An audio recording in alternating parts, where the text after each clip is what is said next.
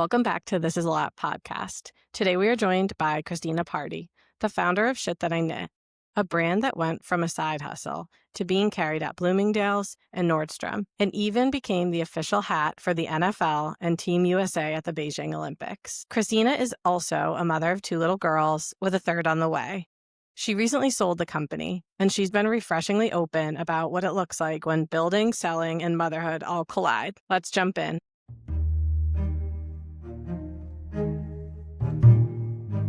Today we're here with Christina Pardy. I have been a long time just creepy little fan of yours, like watching you. We're from the same area. Like I loved watching what you built. I thought it was so cool, just the entrepreneurial side of it. And we'll get into that. But recently I just thought it was so cool that you were opening up about selling the company and motherhood and just like that whole dynamic. And you had posted something on social media that I felt was just so relatable. And so I'm so grateful that for your time that you would jump on here with us today. So would you mind just giving like your brief introduction to kick us off? Of course. And thank you so much for having me. And I'm glad that post resonated with you. It was definitely nerve-wracking to be that vulnerable online. My in-laws were like, "Are you okay?"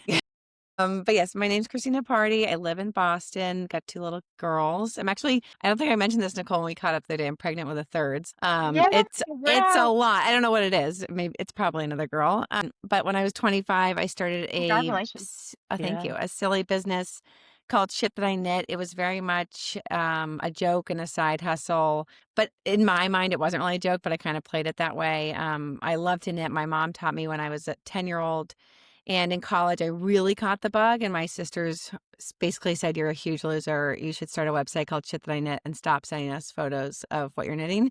And so I went and got the GoDaddy and had this blog that no one read.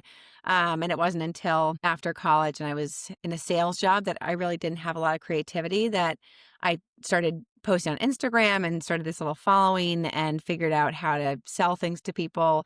And so from there, that was around 2015.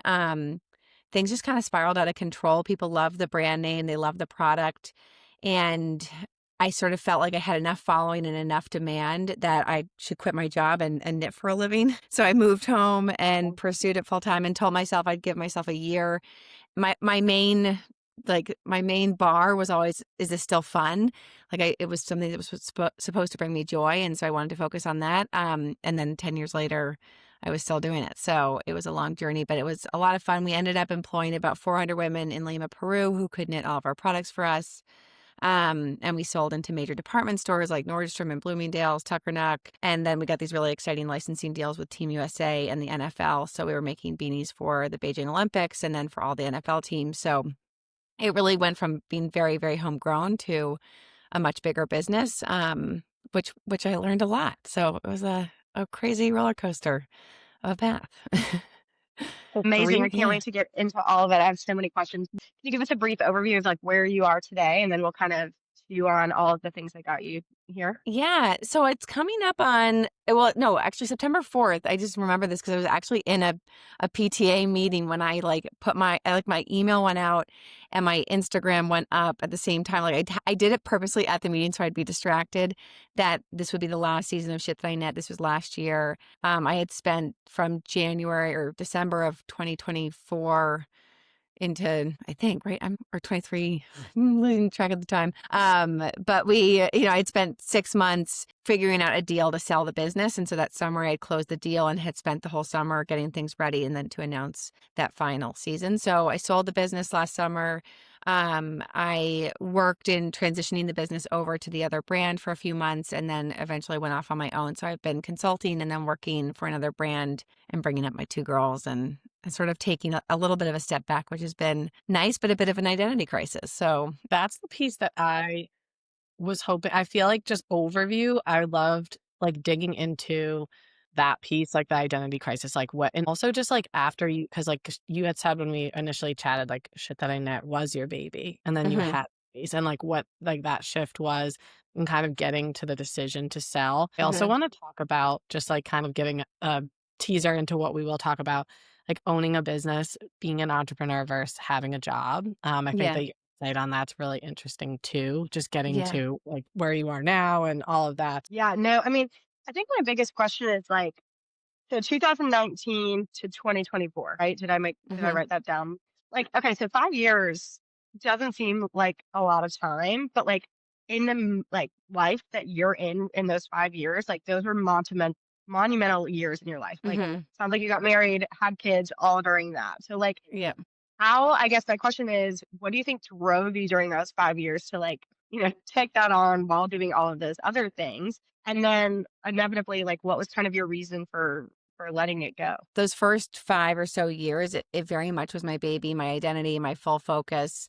And it just consumed me, and it was so much fun, and it brought me so much fulfillment. I always had jobs. I was always in sales out of school, which was quite lucrative and kind of cushy. I was good at it and I loved it. And like I always made a good amount of money for a 22-year-old or a 24-year-old, and it was fun, but it wasn't super fulfilling. And so then when I went off to start my own company and was my own boss and figuring it all out on my own, I was making like no money, but I was so happy and so fulfilled. And so I just let it take over my life. I met my husband during that time. I really met him right as I was starting out. And it was just so much fun, but it was everything. Like that's just all I did. I didn't have any hobbies.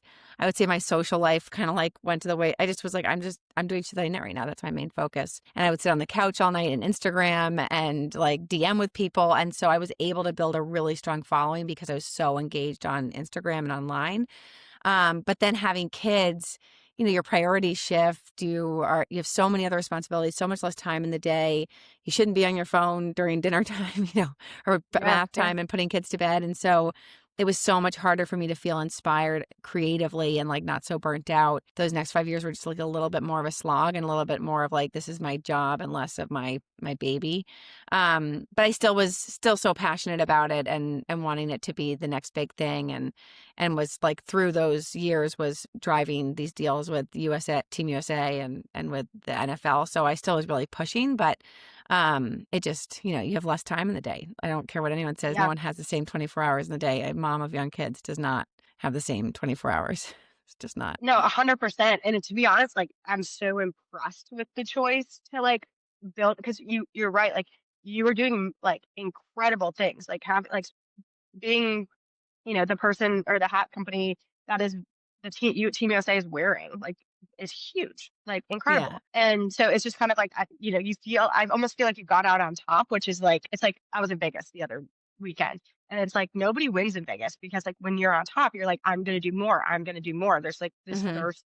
There's this. I mean, I guess this thirst for more. What's the word? Greed, honestly. Yeah. And then nobody comes out ahead because you're always looking for more and you don't know when to just like stop and be like, that was a really good That's a days, good right? one. That was, if there's an accomplishment, let's move on to this next phase of life and I'm going to accomplish something else. I wouldn't, I think that might be a little bit of rose colored glasses on the decision. Like I Yeah, yeah. definitely got to the point where I basically, I woke up at 2 Decembers ago and the season had been good, but not amazing. And I knew that I was going to have to go out and raise more money or get more debt in order to finance inventory. The business is so seasonal. Like we really did 80 to 90% of our sales in Q4. And so that's a frightening cycle to Yeah. go all year Mhm. long, building inventory, spending money, and then waiting. And in a D2C business, it's hard to project for what's going to resonate with people, what's going to sell. And so I just being a mom of little kids and feeling so burnt out, like I've done this now for 10 years. I've had the same cycle of come off on a high after Christmas, go into huge slump, like Mhm. survive until through the summer. And then September started to have a little bit more hope. And I just basically was like, I just can't do this to myself again. I need to figure out a different solution. Um, but not an easy decision to come by because Yeah. people still love the brand. They love the product. It wasn't dead. I just Yeah. the business the mechanics of it didn't work anymore. So I I had want to to dig into change. that because I feel like that is often overlooked. I'm in a cyclical sales business too. That's the type of business that I manage. And it's like Hmm. people think from the outside, like when I first met my husband, he's like, you can like look like let's look at the P&L, let's figure this out. And it's like, it's not about being like, no, there's nothing you can do. There's of course things that you can do to improve the business. But like if you're in a seasonal sales business every year at the same time, it's just gonna get stressful. And that resonated with me when I talked to you because you said you Right. had like a 6-week old and now you're in the time that you needed to raise Yeah. money and you need to, you're no matter what, you're looking at a lot of debt in that moment. And you're like you said, Hmm. hoping that there's so many things that impact, right? The economy, like you just, Yeah. no matter, I think a lot of That is like people, wreaking havoc on your nervous system. Like in Yeah. every, I like, mean, raising kids is like your nervous system's in shock.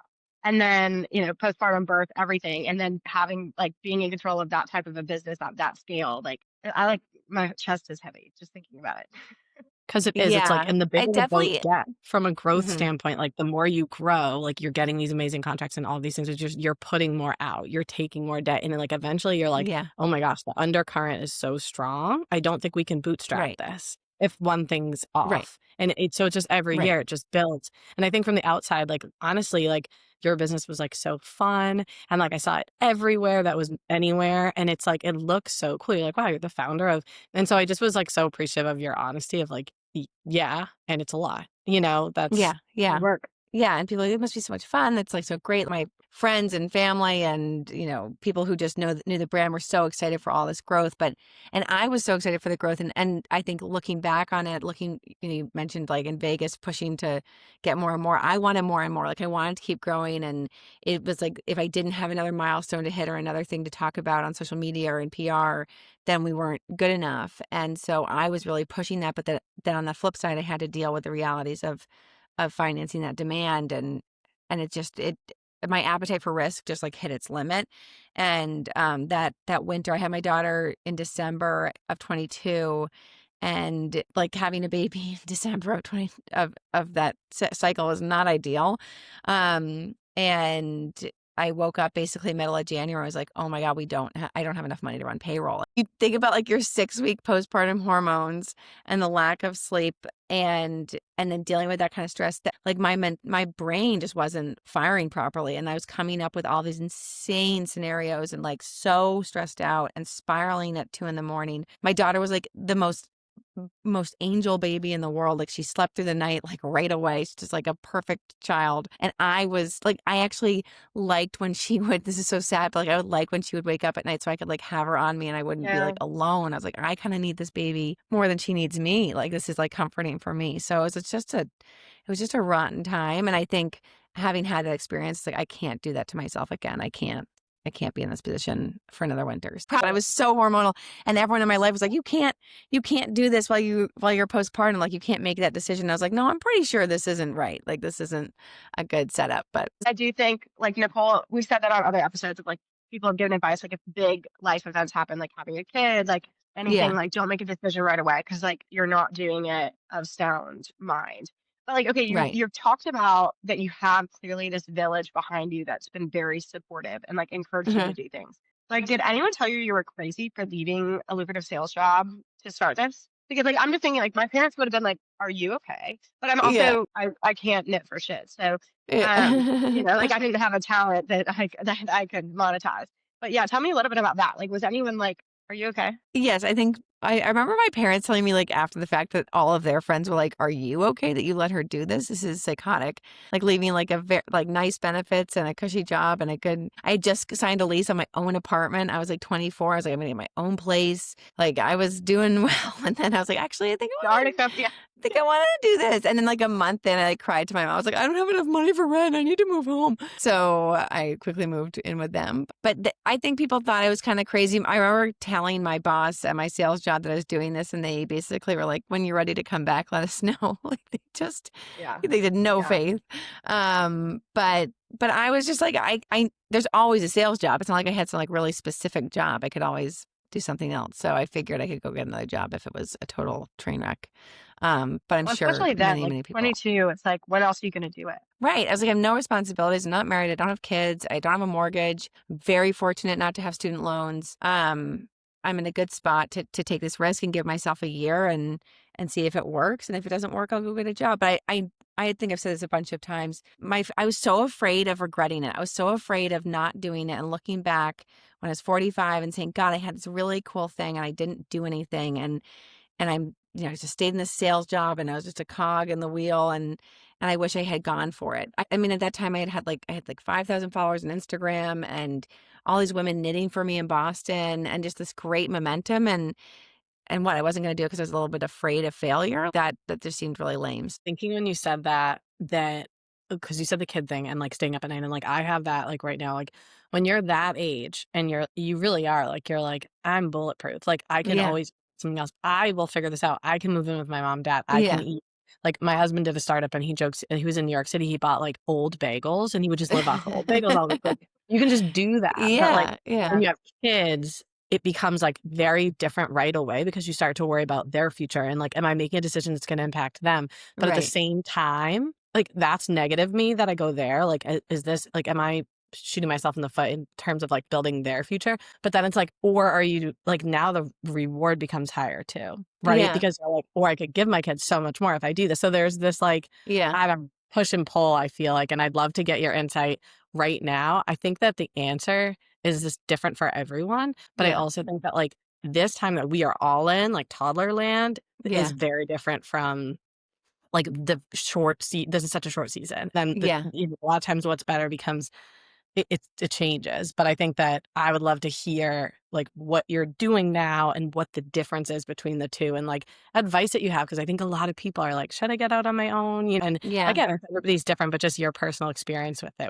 I would Yeah. love to. I think so. Right now, I'm working primarily for this amazing brand that I've, the founder of this golf course called Cabot, where my family spends summers in Cape Breton, has been a mentor of mine for forever. Like I met him when I was 19.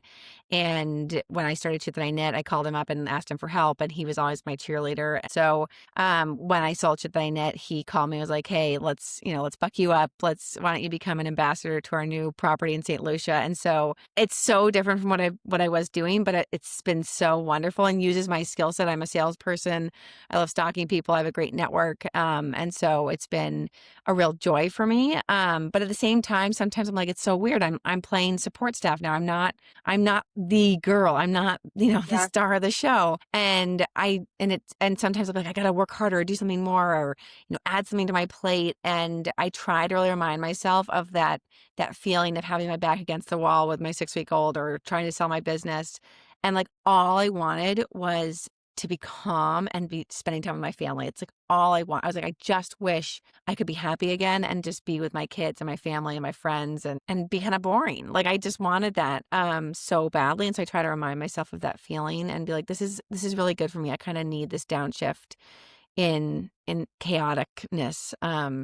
So that's what I'm trying to remind myself of now. And I'm also starting to consult for other brands. But even then, I'm like, I don't need to take on more. I need to check myself and remind myself that, like, I want more flexibility with my kids. I want to be class mom. I want to be on the nursery school board. I want to, like, dip out in the afternoon, take her to tennis or something. I want all of that flexibility in that time because it is such a fleeting time in motherhood, such a short time when your kids Yeah. are this little. So Yeah. as hard as it is, Absolutely. No, it's it's hard. not easy. And I think you said something about rose-colored glasses, and I think that's so true with everything. Like, I recently made a career jump, and like I the other day was like thinking, I was like, oh my God, I used to have all this flexibility. Oh my gosh, I used to do that. And my husband was like, no, you didn't. Like you Yeah. were actually like working at phone calls at night more and like doing this more and you never turned it off because you were working from home and you didn't have that like barrier. And he was like, what are you forgetting about like all of the stresses that you had and things that were making you not happy. Like I see you as happier. And I think you're so right. Like it's easy to sit there and be like, oh, it was perfect. But it's like Yeah. if it was perfect that way, you would have I'm gonna stayed. change it. Yeah. Um, Yeah. so I think it's important to like remind yourself. It's the same thing as like the other, like you're PMSing and you're like, oh my God, I want to kill my husband. And you're like, no, Yeah. just give it a day or two and I'll This feel is better. hormones. It's Yeah. like, yeah, like try to remind Yeah. yourself of the context that's Yeah. in play. Yeah. Yeah. Yeah. Definitely. I think like just that everything's temporary too. Like that really changed for me with my second kid. I was able to not feel like everything was the end of the fucking world. Yeah. Um, but that's like what our life is right now too. And I do think, I mean, I don't want to speak for Ellie, but like both of us have been in this, like you feel like every decision you make is permanent too in that time because you're just so like tired and you're so fried and you're like, okay, I'm either this or I'm this. It's like the buckets. Like you Yeah. either like, you don't work or you do work or you're this or you're that. And it's like, no, it's like right now. It like clearly you built something insanely like that took off and you could do it again. Right. There's Yeah. no Yeah. doubt it wanted to, but you might not Right. want to. And like, Yeah. so right now it doesn't have to happen, but we do I think that's just human nature, but then Yeah. combine a bunch of hormones and craziness and you have this like fire in you. Like my kids started at a new school and I'm finding myself being like, can I help you guys with this? Can I do this? And I'm like, Yeah. I have to tell myself like, don't make that offer, sit on it for a week. Like,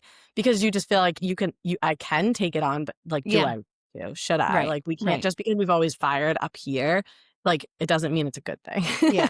I think to that point, I probably have fired a little too strongly on the school front now. I'm like, oh my God. I'm like, And maybe that is a symptom of being like, I need to be busy. I need to be in the weeds. Like, and it's like, maybe just, my husband's like, oh my God, when do you like actually just work? Like, why are you volunteering for all this stuff? I'm like, I don't know, because they need me. And that's, you ask a busy person to get it, something done, they get it done. So I'm just going to get it done. It's Yes. like, you just need to pump the brakes a little Yes. bit, but Yes. it's good to That's be so funny. involved. We Yeah. were I talk about therapy all the time because I'm not even a year in, but I'm like obsessed with this. I'm like a therapy connoisseur and or just like hype girl. But I literally was talking to my therapist the other day and I was like, she was like, we're gonna figure out why you have this like crazy urge to just like produce and to do and be productive and et cetera, et cetera. And she's like, it's because of, all these things she's identified. And then she was like, also, you might have some ADHD. Also, have you thought about this? And I was like, oh my God. It's like, but then she's like, honestly, some people are just like wired to like do that. And she was like, you need to hmm channel it. And like, it was so funny about when you said like the school thing, someone was like, oh yeah, like my girl's preschool starting a PTO. Like, do you want to be on it? And I was like, y'all don't want that. Like, I'm going to be completely honest. Like, no, I will, be there to support however you guys need me. I will write a check, but like, you do not want me like, and I don't like, that's just a whole nother thing that I will have to give 110% to because that's Yeah. my personality and I can't like separate it. Yeah. So it's Definitely. good. Yeah. My husband was like, you're not doing that. Yeah. You're gonna take that. It's the 110% thing that's the Yeah. problem. Like, you Yeah. can't have to do anything. You're like, "No, Right. no, we're gonna hit this out of the park." Yeah. Yeah. I have to ask, and I don't know why, but, like, when you were saying, like, you met your husband during this time and all of that, and you can answer this however you want, but I had a curiosity, like, what does your husband do? And, like, what was his appetite for all of this? And, like, was he able to kind of backfill and all of that? Yeah, so he is in finance. He's in private wealth, and when we met him, when I met him, he was in finance. Actually, on our first date, which is such a loser question that he asked me, but he asked me what kind of models I used for my business, like how and I was like, my pretty friends, and so he's been in finance. He was like my number one fan, number one supporter. I went to this like ski race when we were first dating, and he like wore the hats, was like there at the booth the whole time, like in the freezing cold. Like he's just always been like number one shit that I knit man. So he was so great at being that support staff and letting me like talk about it endlessly. Like even though I didn't have a co-founder, I would say my mom and Alex were very much like in it all the time and like from the emotional aspects and just bouncing ideas off of each other. And so I think he was so supportive in that and also so supportive of me through the hard times and like through selling it and like letting me be kind of like an emotional roller coaster mess psycho. And just like bearing with me and not like asking too many questions and just knowing it was all gonna work out. While having two kids, and he's very much supporting the family financially. And so it's been nice now to like turn that around and be like, this is now your time to shine and I can support you and go to events with you and introduce you to people I know and be your wing woman for a little while. Like it doesn't have to be all about me. Like, Yeah. let's celebrate Christina's wins. Let's focus on Alex a bit. And I'm okay with that. It's like a nice time of life to do that. But it does make me feel a little bit like I'm in like that more traditional marriage, like, Mhm. homemaker, he's out working situation. But Yeah. I'm not hating that. It's just a different setup. I'd love to dig into that because I feel so like you had mentioned identity crisis right at the beginning of like, okay, after selling, like there's this big shift. We talk a lot about like the desire, like being one way, but the desire to be another way. Like hmm I oftentimes am like, gosh, like I really wish that I could like I hate the word trad wife because I know that that's just like a trending Yeah. thing, but like kind of be like that, you know? Yeah. But like I'm just so uncomfortable in my own skin in that role, like, hmm and not that I mean not that I've really had an opportunity to dive right in, but you kind of get what I'm saying. Is there any way that you kind of like mentally think about that? Because I love what you said too about okay, now it's just Alex's time. And I think that's Yeah. really important in relationships with two go-getters because realistically, like you both can't go 110% Right. at the same time with small kids if you want to be around them. Like my husband and I have talked at, nauseum about that. So what kind of like do you tell yourself on the hard days when you kind of feel uncomfortable in that skin or like what's your kind of mental context around that? Yeah, I mean, I think it's like as you said, like this is such a short period of time in our lives, and things are so temporary. I think I feel very well supported right now because I've been working so hard for the past 10 years, and like the way we set up our childcare situation, we have like the most amazing nanny who takes care of our kids during the day, and even though I wouldn't say like I'm working from home now. It's so much more flexible. But like the fact that I can keep my finger in work and like still Okay. be working, but also be the class mom, be on the nursery school board, like making dinner, like being the homemaker in a sense. I kind of am getting both worlds, but then even with that, like even with that support, I'll get like, where is he? Like he's not home for bedtime. Making up all this stuff in my head, like you didn't come until 6:30, and Yeah. just gonna swoop in here and rile our kids up, and then I have to put them to bed because they only want me to sing to them. So I mean, like there's still that like tension and push and pull, but then I have to like step back and be like, he's working really hard all day long and like very much supporting us. So I am just trying to remind myself that it is temporary, because what I don't want to do, which I'm not saying is a bad thing, like I don't think I'm set up to be a stay-at-home mom at this time of my life. And I don't want my kids to turn 10, 12, 15 and be like, wait, where do I fit now? Like, or go off to college and not have something that's just mine. And so I want to make sure I'm always preserving that and have something to turn to when they do head out. They know sadly goes so fast. I always want to work in some capacity, but I totally get what you mean. Like, Well, it's so hard because it's like, I was thinking when you're saying it, I don't know if I've ever even said it on here, but it's like, there is something like, there's definitely a stigma. Like sometimes I do have a week, like, I can make dinner and like, you have these moments and like, it's just the time that we've been alive. And I really feel like that's what a lot of the concept of this podcast came from, is like, it's so hard to exist in the gray. And like, I yeah, think people are trying to navigate it, then we realize, and there's no right answer. There's no like, oh, the combo is this. It's like, you just went balls to the wall for 10 years on it. yeah, And of course, you might be a little bit, feeling better to take that downshift and yeah, embrace what you're doing. And then there might be someone who just kind of went through the last 4 or 5 years and did stay home, and now they want to kind of like pick it up. So, but it's like, there shouldn't be any shame in being like, it's very normal and traditional to want to kind of be that mother. And we talked about our moms and the impact yeah, that has. And I had shared like, my mom like didn't stay home, but sort of did. She did like shift work she was a nurse. yeah, So she was always home during the day. Like, I didn't have babysitters. But I joke, and I would say this to her, and like obviously sometimes people don't want to talk about that like relationship, but I don't know if I've ever even said this to her, but she's always said to me when I have gotten sad, because like I don't really get leaves and I just kind of like go back in, and she's always like, well, you couldn't do that. And I feel like she yeah, takes a little bit of pride in that, because she feels like that she knows her kids and that she has 4 daughters, and she probably would say something different for everyone. But like, I was the yeah, one that she thought was like such a driver, and this is what I wanted. And she does know her kids, and I am, but like, I can still want this. And when she says it, it makes me feel like, do you think I wouldn't be good at that? Like, it yeah, gives me yeah, this like, yeah. Like, yeah, I hold could on, be because I home. could do Yeah, that really well. Like, yeah, so you're just always pulled between the 2 worlds. It's normal to be like, this is really natural and I would love to do this, but also like, me personally, I'm a driver. I need to do things at hmm 110%. I want to be building, and I have yeah, to have that yeah. too. There's got to be a combo. And it is so much easier to go to work than to stay home with your kids. It is so much Oh my easier gosh, yes. to like drop them off at school or daycare with your nanny and go and talk to adults and get paid for it. Like I think that it is so much to be home with a 4-year-old and a 2-year-old and be like, okay, well, what are we gonna do today? That to me is like so much more daunting than like having a really Yeah. scary meeting. Oh, Or my I 4-year-old could, is my best friend, but like she also is terrifying. Like I'm yeah, thoroughly scared of her. I'm a lot less scared of adult men and women. yeah, No, I'm kidding. She's perfect. yeah, Okay, on that topic though, like I loved what you kept saying about like this is temporary. And like I keep like just in my head, I'm like, you're so confident. Like I know you said like maybe identity crisis. Like I don't see that at all. I feel like you are almost like, you know how like when you have like just I don't know, you're like about to go. Like I can tell. So I'm gonna ask if there's anything you can share about like what's next. You don't have to tell us the time, but like is there anything in your head that's like making you itch again of like, oh, X amount of years, like you said, kind of like when my kids turn 10, that you're like, I'm going to do this, and I'm already planning it. I think I'm still too burnt out to come up with anything Yeah. creative or any idea.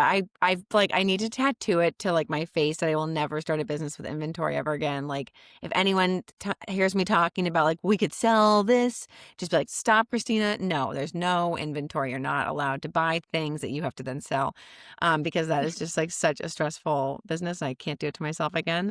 But right now, like I really am like in the very small amount of consulting I'm doing, I'm loving learning about other businesses and like talking to other people. I love solving other people's problems or like coming up with a creative Mhm. strategy. And that's been like lighting my fire a little bit.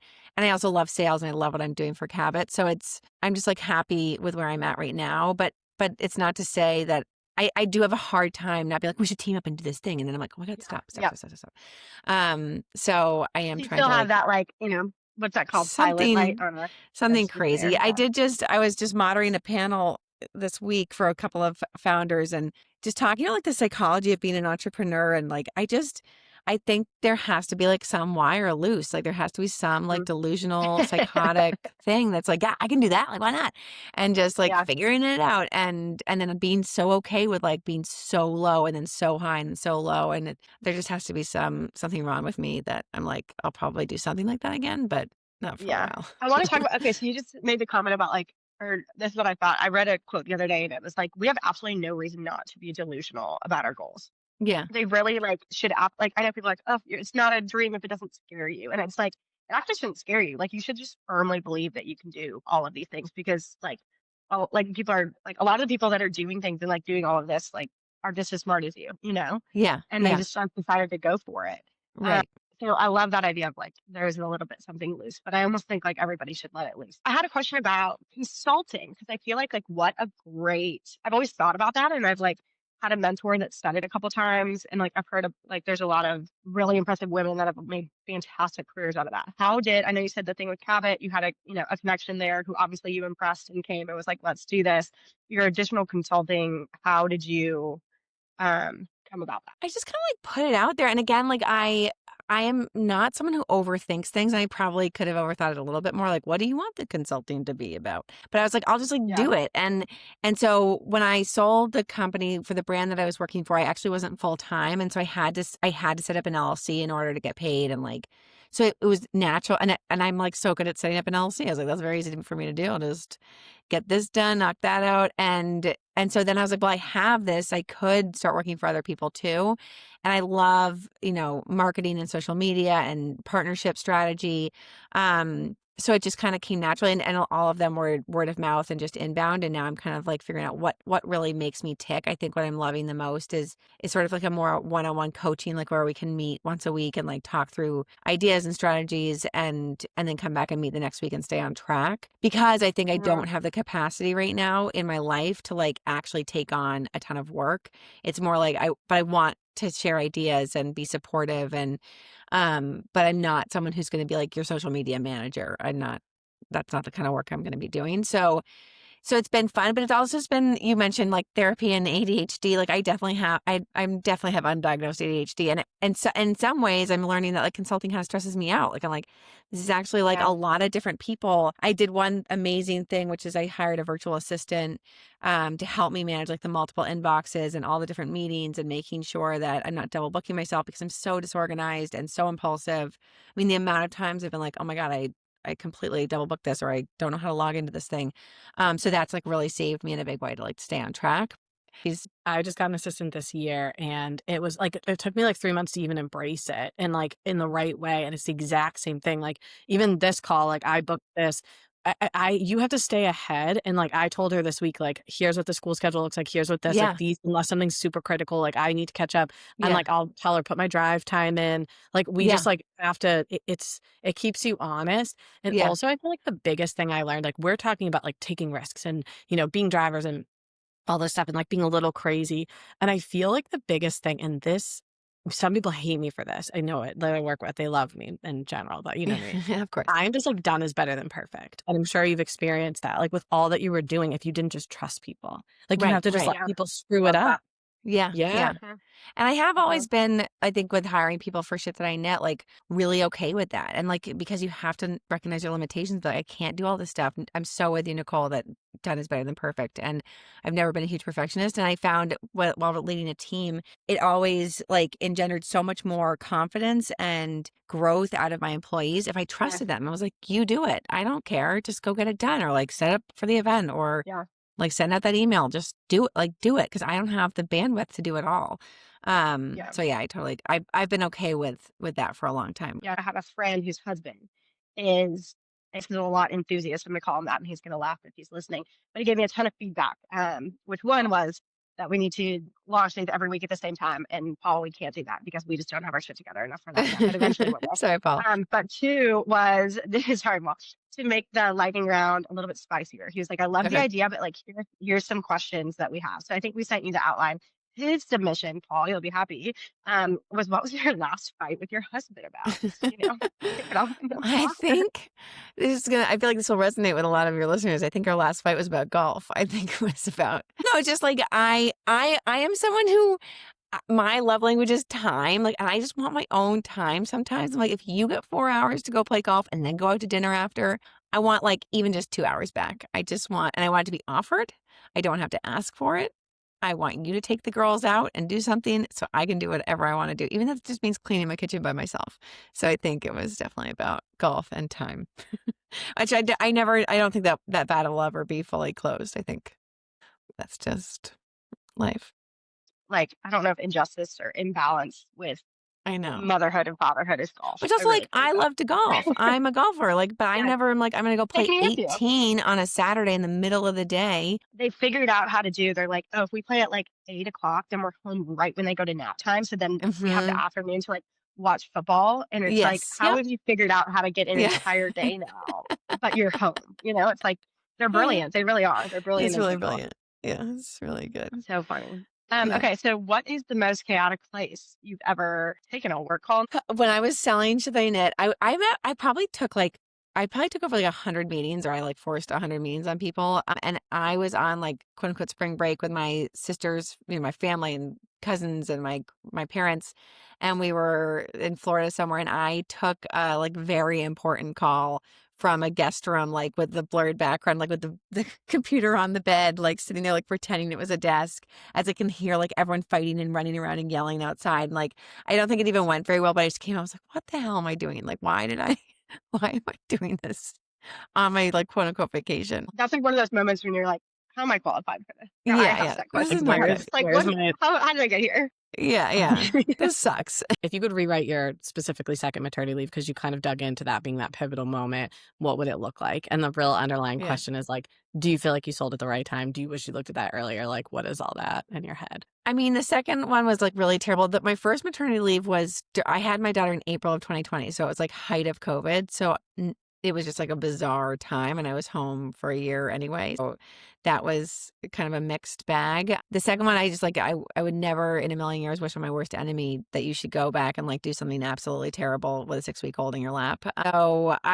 being pregnant with my third, I definitely am like thinking through, what does that look like? It's like, and I'm like, I really do want that. I want to be bored. Like, I want to be home and like, or go out for lunch with a friend and like just have your like just go on long walks and like take care of myself and like, eat like nourishing foods and be like home with your baby. Like Like, I what we're just really, supposed to do? yeah, what you're supposed to do, like take care of yourself. That'd be nice.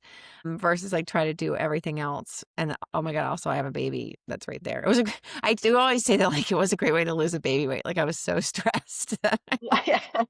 Milk supplies plummeted, but I was like, I can't keep anything. We always turn these lightning rounds into like not lightning rounds at all. But we always say like we're always like, what would you tell yourself? And it's like, yeah, but you wouldn't have listened. And like I Yeah. always think about that. Like I think I was better my second time around, but like my first time around, I was like I was just about to turn 30.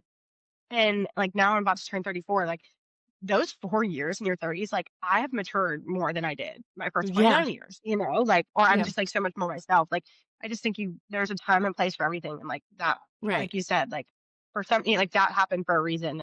The last Yeah. guest we just did that we're actually launching probably tomorrow. I've carried it with me because she said she actually founded a company when she has 4 girls, when her oldest was like, whatever, really a baby, and she was never Yeah. home. And I mean, she was home, but she was like, she was 5 when the pandemic hit. And since then I haven't done the traveling and done as much. And she Yeah. has no recollection of me not being there. Like when I Right, asked right. her point blank, she's like, she remembers her birthdays and vacations. And she, because I was a present mom, I was around. She doesn't remember. Yeah. But she Yeah. would remember when she's like 10, 12, Right, right. So It's actually kind of when they need you. yeah, it's like kind of just don't carry it. All right, this one's Yeah. actually a lightning question because it's easy. What was the first thing you bought after your sale closed? I don't know if I bought anything, which is sad. But what I've been planning is I really am I plan to buy, I'm very into like meaningful jewelry, and I have some very good friends who are jewelers. And so like when I closed the deal with Team USA, I made this bracelet. My phrase has always been no asking, no getting. My dad taught me in sales, like if you don't ask for the sale, get it. And so I basically like the Team USA, the Olympics deal took 4 years of me just like persistently asking this guy for the deal. So I'm wearing it now. I wear it every day. It says Nang on it, like and so I plan on making with Flynn a signet ring that has like some meaningful stuff on it. So I'm that's in the works. I'm Yeah. also obsessed, like, especially as we all have daughters, like, handing down jewelry, like, that Yeah. means something, that represents something, like, Yeah. I don't like, stuff, like, I'm not a big, like, stuff Right. person.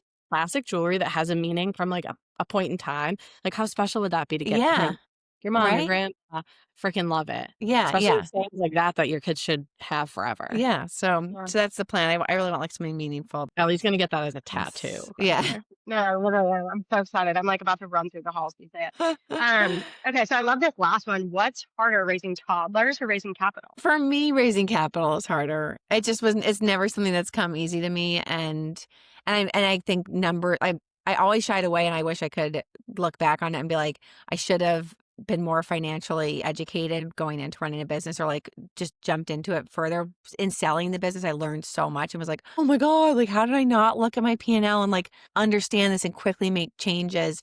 So those like raising capital was always super nerve-wracking for me because I felt like I was on my heels. And I think we had talked about this a little bit, like how did running a business or motherhood shape those different journeys? I think for me, entrepreneurship and running a business made me such a easier mom because I'm so okay with chaos and I'm so okay with not knowing the answer and just like figuring it out or like asking for help. I just find some friends are like so stressed by motherhood and figuring this all out. And I'm like, I don't know, just like go with it. Or it's chaos right now. I'm so okay with it because I sort of trained my brain as a muscle for the past 10 years to be like really okay with the unknown and really okay with being in the trenches. So I think, but even then, yeah, like raising capital just like has never been a strong suit of mine. Never.